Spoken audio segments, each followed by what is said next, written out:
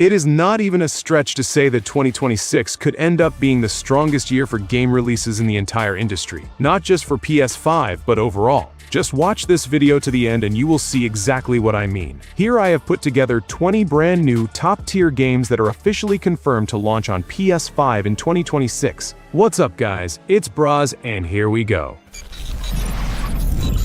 And we're starting with one of the most anticipated games of 2026, which has already passed 1 million wishlists. Phantom Blade Zero is a story-driven action game that S-Game calls Kung Fu Punk, wuxia attitude, Hong Kong fight choreography, and a grimy industrial edge. The story runs on a hard countdown as you play as Soul, an elite assassin framed for his master's death. He's badly injured in the manhunt, and a healer keeps him alive with a cure that only buys him 66 days to find who set him up before time's up. Director Soulframe Liang rejects easy labels and says the game borrows level design from Souls games and aggression from hack-and-slash classics, but the team calls it Soulslite and keeps navigation readable with a map. Progression leans into builds instead of grinding, letting you equip 2 main weapons and 2 secondary weapons, then chase upgrades and keys and locks that open secrets in earlier areas. S-Game promises over 30 weapons and 20+ phantom edges, with boss weapons and signature techniques becoming part of your arsenal. Phantom Blade Zero lands on PlayStation 5 and PC on September 9th. Fable is targeting a fall 2026 release, and surprisingly, it's coming to PS5 too. The biggest takeaway from Developer Direct is that game is not locking you into the one heroine model that dominated earlier trailers. Playground confirmed proper character customization, including the option to play as a male or female hero, with edits focused on things like head presets, skin, hair, tattoos, and scars, rather than a super granular body sculptor. Fable came out of Developer Direct with a lot more clarity than it has had in years, and the standout detail is how the game treats freedom and consequences without forcing a main quest sprint. The opening pushes you out into Albion after your village gets hit hard, but the designers stress there is no ticking bomb. The story waits while you go live your life, take jobs, mess with side activities, or build a reputation the slow way. And that reputation system is the big mechanical change. Morality is not a single good or evil slider. It is built around what people actually witness you doing. Then each settlement tracks you through a cloud of labels that can differ place to place. Do something dumb in public and it sticks. And the town crier can even be paid to push a new reputation to overwrite an old one. The team talks about a living population of over 1,000 NPCs with roles and daily routines, and they even had to solve problems like towns being empty since people lived too far from their jobs. Combat is built around fast swapping between melee, ranged, and magic with what they call style weaving, so it is meant to flow instead of locking you into one lane. 007 First Light is IO Interactive's first full James Bond game, and it is a rare case where the studio is both developer and publisher on a huge licensed name in games. Rather than chasing a specific film era, IO is building a standalone origin story where Bond starts young, enters MI6's training program, and earns his 00 status through missions that mix stealth, gadgets, and direct action. With Amazon MGM Studios involved on the franchise side, the design goal is easy to spot if you know IO's history. Hitman made its name on sandbox stealth and systems that reward improvisation, and IO has been framing Bond missions as something closer to that style than a straight shooter. The official framing also leans into classic Bond pillars like M, Q, and Moneypenny, but it keeps the continuity new and lets IO introduce original allies and threats around Bond. It is also the first new Bond game since 007 Legends in 2012. The one calendar update that actually matters is the delay. IO moved the game off its earlier March target and locked the release for May 27th, which makes it one of the first big tentpoles of the year.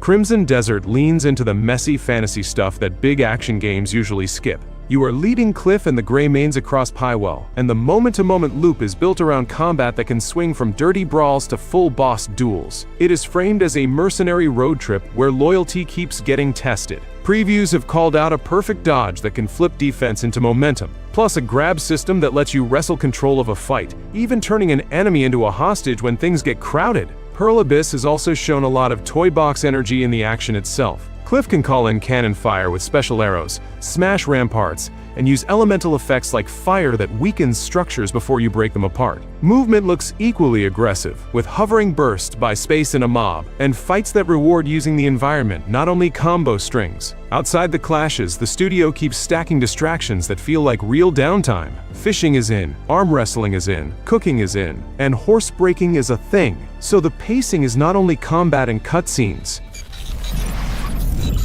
Forza Horizon 6 finally locks in Japan as the new festival playground, and the new info from developer Direct leans hard into car culture, not just pretty scenery. Tokyo City is positioned as the biggest urban area the series has done, with dense districts and a lot more vertical driving than the last games. And the whole map is built around contrast: tight city streets, mountain lanes, coastal stretches, and rural backroads. The coolest additions are the systems built around hanging out, collecting, and building. Car meets are a real feature now, inspired by the famous Daikoku-style gatherings, where you roll in, check out other builds, grab designs, and even buy a copy of a car you like. Exploration has its own loop too, with a collection journal inspired by stamp collecting, turning landmarks and little discoveries into progression. There is also the estate, a bigger property you can slowly restore and then use as a creative space, including building your own custom track for friends. And the game even calls out earning money through odd jobs like delivering tofu. At launch, they are talking about around 550 cars, plus new events like Touge battles and drag meets. The PlayStation 5 version is planned for later in 2026.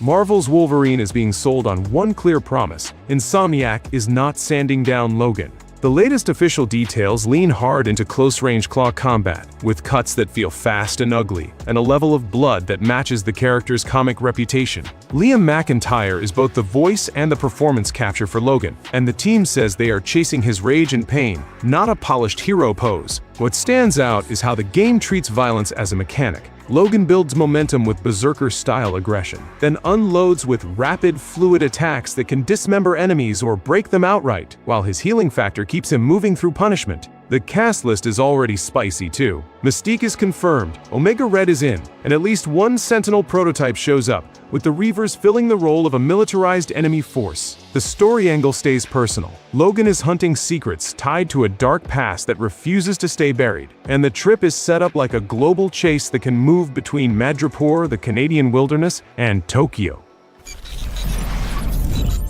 Control Resonant exists because Remedy went all in on owning its own universe. After years of publishing deals, Remedy bought back the control rights from 505 Games in 2024, and this sequel is being self-published, with Annapurna Pictures co-financing and co-producing as part of their partnership. That move gives Remedy more control over scope and timing. Instead of returning to the oldest house, the story shifts to a warped Manhattan on the edge of paranatural collapse, and the playable lead is Dylan Faden, who was central to the first game but never the hero. Remedy's own description frames it as an action RPG, with more choice in how you approach missions, more room for optional content, and builds that come from abilities and gear rather than a level grind, while Remedy also calls it newcomer-friendly. Combat shifts, because Dylan uses a shape-shifting weapon called the Aberrant that can swap forms mid-fight, and Remedy is leaning harder into close-range pressure with bigger melee emphasis alongside the series' signature powers and reality-tearing visuals. The game was announced publicly at the Game Awards 2025, and Remedy has positioned it as part of its connected universe.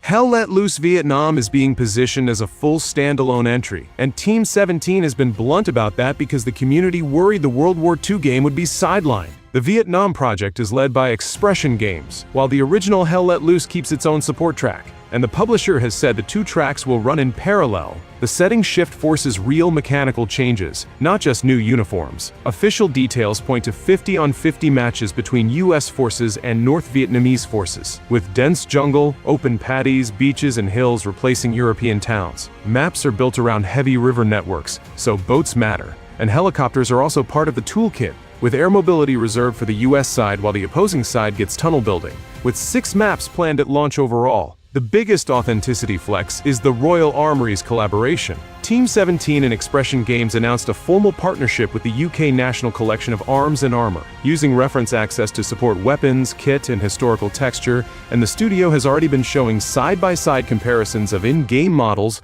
versus real examples.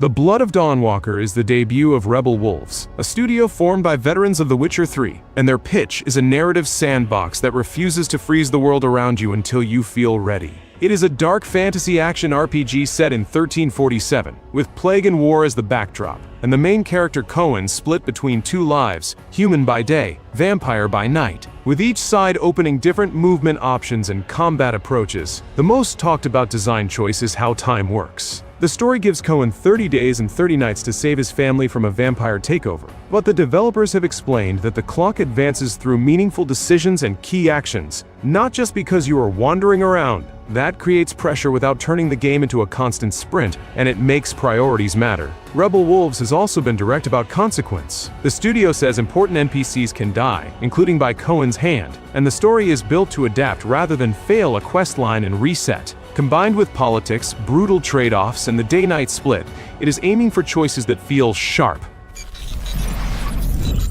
Residents: A Plague Tale Legacy takes the series in a new direction by stepping away from Amisha and Hugo and moving backward in time. It is set 15 years before Requiem and puts the focus on Sophia, the plunderer introduced in the last game, which immediately shifts the tone from family survival to a more adventurous, high-risk life on the run. The setting choice is the biggest surprise. Focus and Asobo place Sophia on Minotaur's Island, and the official description leans into myth and fate alongside combat, puzzles, and chase pressure. That is a sharp pivot for a franchise known for grounding its horror in human cruelty and the rat plague. So the new angle is less about repeating the same tragedy and more about expanding the universe into stranger territory, with notes also mentioning time shifts into ancient Minoan times. The game puts Sophia's skill set at the center of a loop. She is a survivor who steals, fights, and improvises, and the pitch suggests a heavier emphasis on direct combat than the earlier entries, with less reliance on stealth-only tools.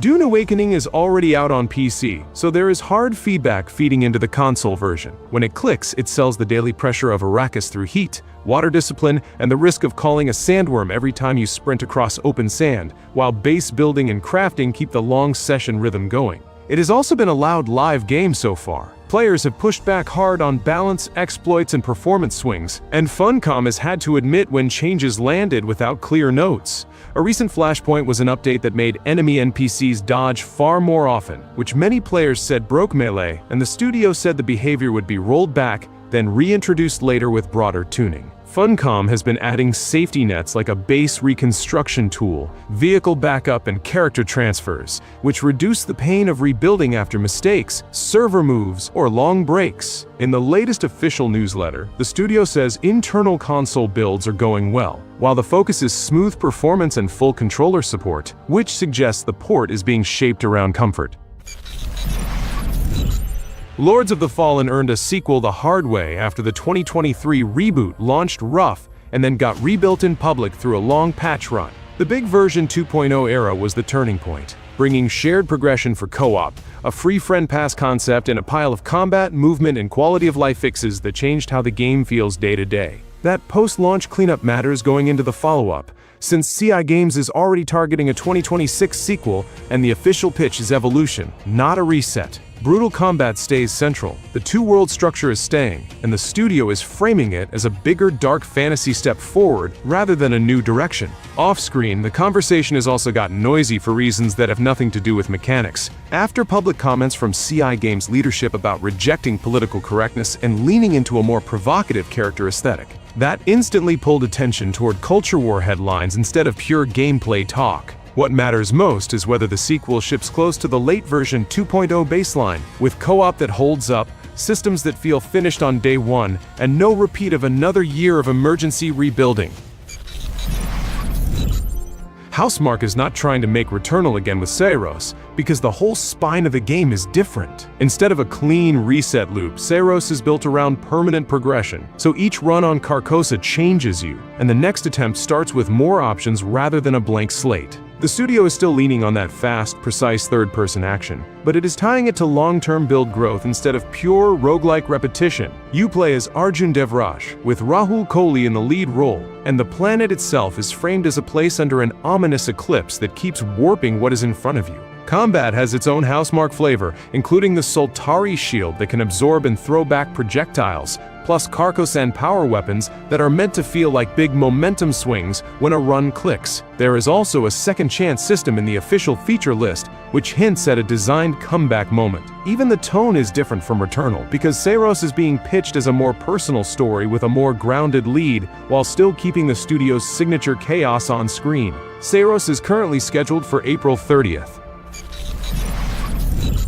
Bungie finally put a hard date on Marathon, and the details make it clear what kind of game this is trying to be. It is an extraction shooter, so the tension is built around entering a run with gear, grabbing what you came for, and getting out alive. Because death can mean losing what you carried. The setting is still that classic Marathon universe vibe, but the structure is modern.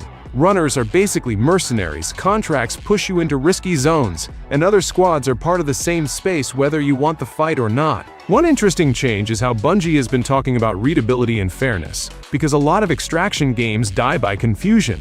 Bungie has highlighted features like solo queue support, proximity voice chat, and systems meant to keep encounters legible instead of turning every death into a mystery. Pricing has also been confirmed at $40 for the standard edition, which is a notable move in a genre that often hides behind free and then sells everything around it. On PlayStation 5, Marathon launches on March 5th, and it is confirmed to support full cross-play and cross-save across all platforms. This LEGO Batman is aiming for big toy box energy, but with a surprisingly deep Batman cut behind it. The pitch is a brand new story that pulls from different eras, so you can go from classic gadget detective stuff to full-scale chaos with vehicles and boss fights, without being tied to one single movie or one single comic run. A major selling point is the suit count. The game advertises 100 different bat suits, and they are not just skins. Different suits come with different gear and abilities, which changes how you clear rooms and solve puzzles. Gotham is also not just a menu hub this time. The Batcave works as a real base with its own build-out, and the wider city is designed for free exploration with side content, collectibles, and villain trouble that can pop up outside the main missions. The villain lineup is built like a greatest hits list, and the game is also pushing bigger set pieces, like heavy vehicle segments, chase moments, and LEGO-style slapstick that still keeps the combat readable. The quiet appeal is that LEGO games tend to live or die by pacing, and the studio is clearly trying to keep missions varied instead of repeating the same hallway brawl format. LEGO Batman Legacy of the Dark Knight is currently dated for May 29th. Capcom bringing Onimusha back in a full new entry is already a statement, but Way of the Sword has a specific detail that makes it feel unusually deliberate. The protagonist is Miyamoto Musashi, and Capcom chose to model him on the late actor Toshiro Mifune, which meant they had to negotiate rights and approvals, with Capcom saying it took about 2 years to get that permission locked. That casting choice is a real production commitment, and it shapes the whole look and presence of the lead. The game is aiming for stylish, grounded sword combat built around timing, parries, and brutal close-quarters exchanges. It is still Onimusha, so the supernatural angle is part of the identity, but the presentation is leaning into atmosphere and weight. The devs have also said the project has been in production since 2020, and that goes a long way toward explaining why the reveal felt confident instead of like a quick nostalgia grab. So even before you get into monsters and Oni powers, the most interesting part is the craft. Capcom is treating Musashi like a film character, with monsters and Oni powers built around that, and the whole thing reads like a careful reboot. Resident Evil Requiem is doing the classic Capcom balancing act, because it is built around two very different playstyles in one package. One side is Grace, an FBI analyst who is not framed as a super soldier type, so her sections lean hard into fear, resource stress, and survival horror pacing. The other side is Leon, and his gameplay has been shown as much more aggressive, with flashier kills and faster combat tempo, which instantly sparked debate about how brutal and action-forward Requiem is willing to get. The details that stand out are the knobs you can turn. Capcom is letting you switch between first-person and third-person perspectives, and the game also has difficulty modes that change the feel a lot, including a standard classic option where saving can require ink ribbons, which is a throwback that older fans will recognize immediately. All of that adds up to a game that is clearly trying to please both camps at once, the slow-burn horror crowd and the loud Leon action crowd. On PS5, you will be able to play Resident Evil Requiem on February 27th. Team Ninja is widening the structure in Neo 3, The game is built around open field areas instead of the old mission corridor rhythm. That means the flow is less about selecting a stage, and more about pushing through a connected zone with fights, detours, and discovery, while still keeping the series' identity of brutal duels and knowledge-driven combat. The other big change is the two-style system. You can switch between samurai and ninja styles, with samurai leaning into head-on weapon pressure and ninja leaning into speed, trick tools, and more slippery movement. Style shift is more than a quick stance swap. One press changes your stats, weapons, skill set, and even your look, so it feels like you are carrying two builds and flipping them on the fly. The guard game got a real reward loop. A last-second guard triggers deflect, refills ki, and charges both your arts and ninjutsu gauges, so clean defense feeds your offense. Team Ninja dropped a demo a week before launch, so you can try the game for free and see how it feels. Marvel Tokon is one of those why has nobody done this exact combo projects, because it is Marvel characters, but built by Arc System works with that anime-style clarity and explosive pacing. The core twist is the 4-on-4 format, where you build a team of 4, but the match does not start as a full chaos tag fight. Early on, you are controlling one main fighter and using assists, and then you unlock deeper team options mid-match through specific conditions, so the round escalates in a controlled way. Arc has also talked about lowering the entry barrier without killing depth, with design choices like simplified inputs for some moves while still keeping spacing, matchups, and combo knowledge as the real skill ceiling. In hands-on previews, people keep pointing at how readable it stays even when it gets loud, which is a big deal for a team fighter. The game has already had closed beta tests, and the dev team publicly talked about aiming for long-term support, basically treating it like a platform they want to run for years. Roster talk is already part of the hype, with characters like Iron Man, Captain America, Storm, Star-Lord, and Doctor Doom shown early. And the bigger story vibe is that this is Sony and Arc trying to build their own forever fighter inside the Marvel space. Grand Theft Auto 6 has already lived through more public milestones than most games get after launch. Rockstar confirmed a major leak tied to an illegal network intrusion back in 2022, then went silent for long stretches, then finally locked in dates twice, ending with an official move to late 2026 for extra polish. The concrete part is the setting and the duo at the center of it. Rockstar is putting the series back in Vice City and spreading the story across the wider state of Leonida, with Jason and Lucia getting pulled into a conspiracy after an easy score goes wrong. The map is built to bounce between very different vibes, from bright city strips to coastal islands like the Leonida Keys. Scale is the point, even if Rockstar stays quiet on real budgets. GTA 5 has generated about $8.6 billion since 2013, and Take-Two reports nearly 13,000 full-time employees, most focused on development, so the machine behind 6 is massive. Rockstar's current release date is November 19, 2026, and we hope there will not be any more delays this time. Aphelion is a rare case where the collaboration itself is part of the game's identity, because Don't Nod built it in partnership with the European Space Agency. The premise is set in 2060, with Earth becoming uninhabitable and humanity putting its hope on a distant planet called Persephone. So the Hopo-1 mission sends 2 astronauts, Ariane and Thomas, to survey it. The story hook hits fast when the mission goes wrong and the 2 leads get separated, and the game design leans into that by letting you play both perspectives, with each character dealing with different pressures on the ground. The tone is not pure action power fantasy, because the ESA angle pushes a more believable survival vibe, harsh terrain, limited resources, and the kind of isolation where a small mistake can spiral. Don't Nod also frames it as an action-adventure with stealth and exploration, not a straight shooter, which lines up with how the studio usually builds emotion into movement and environment. ESA even published material around the fictional Hopo-1 mission, leaning into the idea that real science and real mission culture shaped the fiction.